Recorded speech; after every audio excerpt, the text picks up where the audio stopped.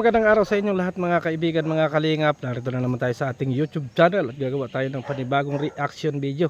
At dito sa reaction video natin mga kaibigan, mga kalingap, ang pag-uusapan natin ay yung naging live ni Mikoy at ganoon din po ang ibang supporter ng Mikris mga kaibigan, mga kalingap. Ano, yan po yung ating topic for today. Pero bago yan, i-shout out muna kay Kuya Bal Santos Matubang, Kalingap Rob, and Ate Edna. At sa lahat ng ating mga viewers, mega love shout out sa inyong lahat.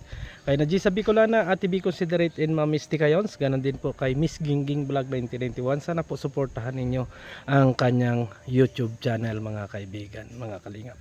So ito na nga mga kaibigan, dumako tayo sa ating pag-uusapan. Abot muna dito sa mga supporter ng Mikris na marami ang mga nag-live, marami ang nagagalit kay Kalingap Rob kasi nga raw po nagkaroon ng love team or panibagong ka-love team si Krista, na alam naman natin kahapon ay nag-upload nga si Kalingap Rob na may isang binatilyo na 16 years old din yata yon na ipinakilala kay Krista mga kaibigan, mga kalingap. At doon naman ay wala pa namang announcement si Kalingap Rob na yun na po ay magiging ka-love team or magiging katandim ni Krista, kasi wala pong specific pinakilala pa lang mga kaibigan. Pero sa Facebook,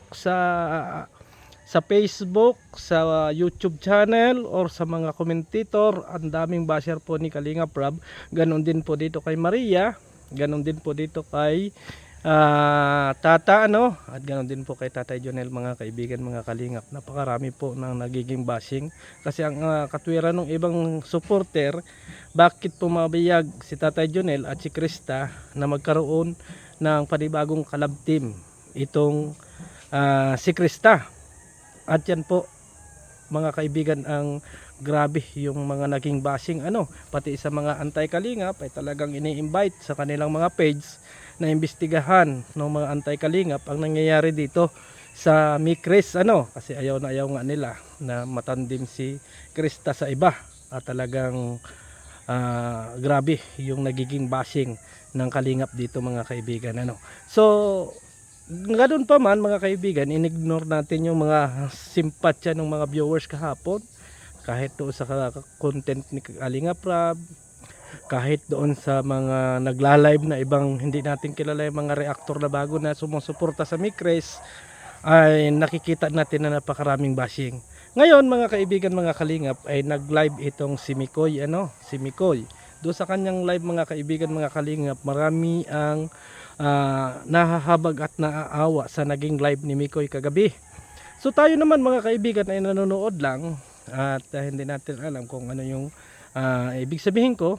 Nood lang tayo kasi sinusuportahan din natin, kasi mga kalingap partner yan. Nagulat tayo mga kaibigan, mga kalingap, nang magkaroon ng sinasabi nga natin na salita si Mikoy laban dito kay Maria at ganon din kay Kalingap Tata. Nagulat tayo kasi ang sabi dito ni Mikoy, hindi niya alam kung ano yung naging galit ni Maria at ni Tata sa kanya. Yan po yung pagkakasabi niya. At lahat naman daw ay pinakisama niya, pero ganoon pa rin at naging mainit sa kanya itong si Maria at itong si Kalingap Tata. So nagulat ako doon mga kaibigan, mga kalingap. Sabi ko, bakit nagkaroon ng ganitong live si Mikoy na may galit si Tata at saka si Maria? Sabi ko. So doon sa pangyayaring yan mga kaibigan ay nag-imbestiga tayo, kasi ang daming video at ang daming live ni Tata na ating pinanood. Kay Tata muna yung inuna natin mga kaibigan. Kay Tata muna, kasi alamin natin kung meron talagang paninira itong si Tata kay Mikoy, ay punahin natin. Kasi kung nauna si Tata na mag-live na paninira dito kay Mikoy, ay di siya yung may kasalanan, 'di ba? Siya yung may kasalanan ngayon. Oo. Kasi ang inatingnan natin dito, kung yung paninira na inasabi ni Mikoy sa kanya ay ini-live ni Tata, ay makikita natin 'yon. So ilang live po yung ating ni-replay, na napakahaba ng mga live nitong si Tata, wala po tayong nakita. Andun yung, nung habang ako'y nanonood mga kaibigan, mga kalingap, kay Mikoy, ay andun yung simpatya ko. Kasi hindi ko pa alam kung ano yung ginawa ni Tata at ni Maria dito. Kaya ang ginawa natin, bilang isang reactor at para maging fair tayo, inano natin, inimbestigahan natin at inalam natin kung saan live ni Tata siniraan itong si Mikoy. So wala po tayo nakita doon sa live ni Mikoy, ni Tata na paninira laban dito kay Mikoy. So habang kami naman ay papunta dito at nandito kami ngayon kay Ate Pia, ang pinag-aralan natin ay ang mga live ni Maria. Kasi yun nga po yung sabi ni Mikoy may sama ng loob or na hindi ginawa si Tata at saka si Maria sa kanya. So ang ginawa natin para magkaroon ng hustisya itong si Mikoy, kasi kung inagtutulungan nga ng dalawa ni Maria at saka ni Tata, ay hindi magandang pagtulungan yan, kasi kalingap baga tayo mga kaibigan na hindi magandang magkakaroon ng anuhan dyan. So habang tayo ay naglalakbay dito, nanonood tayo ng live ni Maria. At how many live na ating napanood mga kaibigan, mga kalingap, ay walang paninira na tayong narinig mula sa bibig nitong si Maria at saka si Tata. Kaya ako ngayon nag-content na ako, hindi na ako nagtanong sa kabilang panig or kay Maria at kay Tata, at ganoon din kay Mikoy, hindi na tayo nagtanong. Kasi wala akong nakita Wala akong nakita. So kung ito talaga ay may away mga kaibigan, mga kalingap, at talagang may ginawa itong si Maria kay Tata, ang maiipayo ko dito siguro kay Maria, at kung ikaw man ay may live dyan na hindi ko napanood, ipaliwanag mo sa mga viewers, kasi marami ang galit sa inyong dalawa kung ano yung ginawa ninyo kay Mikoy. Kasi ako talaga doon sa mga nakita ko na mga live ninyo ay wala akong nakitang paninira ninyo. Kaya kayong dalawa, si Tata at saka si Maria, magpaliwanag kayo sa inyong YouTube channel kung ano ang ginawa ninyo kay Mikoy. Kasi hindi ko kasi kayo pwedeng kampihan na kayo ay walang ginawa, kasi kahit na sabihin natin na maraming live yung aking napanood sa inyo, ay baka may nakaligtaan ako. Sa dami ng galit sa inyo, ay kinakailangan ninyong ipaliwanag sa inyong mga YouTube channel kung ano atong sinasabi ni Mikoy na ginagawa ninyo sa kanya, kay Tata at kay Maria. Kung kayong manonood, Maria and Tata, ipaliwanag ninyo sa inyong mga YouTube channel kung ano yan yung inasabi ni Mikoy na ginawa nyong paninira, kasi napangalanan kayo, at kahit sa Facebook ay talagang laman kayong dalawa, at sa kanilang mga GC ay talagang kayo yung pinupulutan, at saka si Krista ay meron na rin pong bashing, at saka si Tatay Jonel dahil nga doon sa naging live ngayon ni Mikoy. Ito naman yung para kay Mikoy. Mikoy, kung ikaw ay may patunay na sinisiraan ka or nag-live itong dalawa na ito, si Tata at saka si Maria, ilabas mo.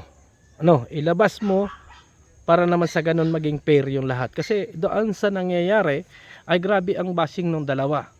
Ay kung wala ka namang hawak na ebidensya or live na pinanghahawakan, abay mali ka dito, magkakaroon tayo ng pare-paras bashing dito mga kaibigan. Kasi ikaw yung unang nagbulgar niyan sa iyong YouTube channel. Kung yan man ay personal, yung inyong nagiging away, hindi dapat ninyo dinala dito sa social media kung ano man yung hindi ninyong pagkakaunawaan pagdating sa personal. Kasi ang nakikita ko dito mga kaibigan, mga kalingap, ay siguro nagkakaroon sila ng hindi magandang usapan ng personal. Nadala si Mikoy ng emosyon kagabi, kaya naibulgar niya itong ganitong issue at sitwasyon. Kaya ngayon inaatasan natin si Maria na magsalita sa kanyang YouTube channel, at ganon din po itong si Tata magpaliwanag, kasi sila yung napupulutan dito. Ay magpaliwanag kayo sa mga viewers kung paano nyo siniraan at saang live ninyo siniraan itong si Mikoy. Paliwanag nyo. Ikaw naman Mikoy, i-refresh mo or i-ano mo yung ano, ibigay mo yung live na yon na ikaw ay sinisiraan ng dalawa. Kasi ako, wala akong nakita. Pero sa mga nagsusumbong, maraming nagsusumbong sa atin about nga dito sa ginawa kay Mikoy at maraming naaawa kay Mikoy, ay pakita ka Mikoy ng ebidensya na sinisiraan ka ng dalawa. At kung personal yan, na inyong awayan or meron kayong pagtalo-talo na hindi ninyo nagugustuhan or personal na nagkakaroon kayo ng iringan, ay dapat bilang isang kalingap ay nag-usap kayong tatlo. Kinausap niyo si Mama Chi, si Tatay Chris, Tatay Jonel, si Tata and Maria. Dapat kayo yung nag-usap-usap dyan. Ay nagkaroon nga ng live. Kaya nagkaroon ako ng content dahil nagkaroon kayo ng live. Hindi ako magkakaroon ng content kung hindi dahil nga sa naging live na yan. Kaya ako ay napaisip na napakaraming bashing ng dalawa. Abay, sabi ko kinakailangan ipaliwanag ng dalawa kung ano yung ano nila dyan. Kung ano yung point nila dyan sa mga bagay-bagay na yan. Kasi nasabi nga ni Mikoy eh. So, dito po mga kaibigan, mga kalingap, hindi lang yung dalawa ang nagkakaroon ng bashing kung hindi ang pamilya ni Krista. Kaya, pag napanood ninyo ito, ipaliwanag ninyo yung mga side ninyo para sa ganon malaman ng mga viewers kung sino yung mga nagsasabi ng totoo. Tayo po gumagawa lang ng reaction video, hindi po tayo sa side kay Maria, hindi po tayo sa side kay Mikoy, at hindi rin po tayo sa side kay Kalingap Tata. Tayo po ay nasa gitna para mabalansin natin kung ano ba talaga ang pinag-awayan or ano ba ang nangyaring kaguluhan dito sa tatlong ito mga kaibigan. So maraming salamat and God bless sa atin lahat. Bye bye.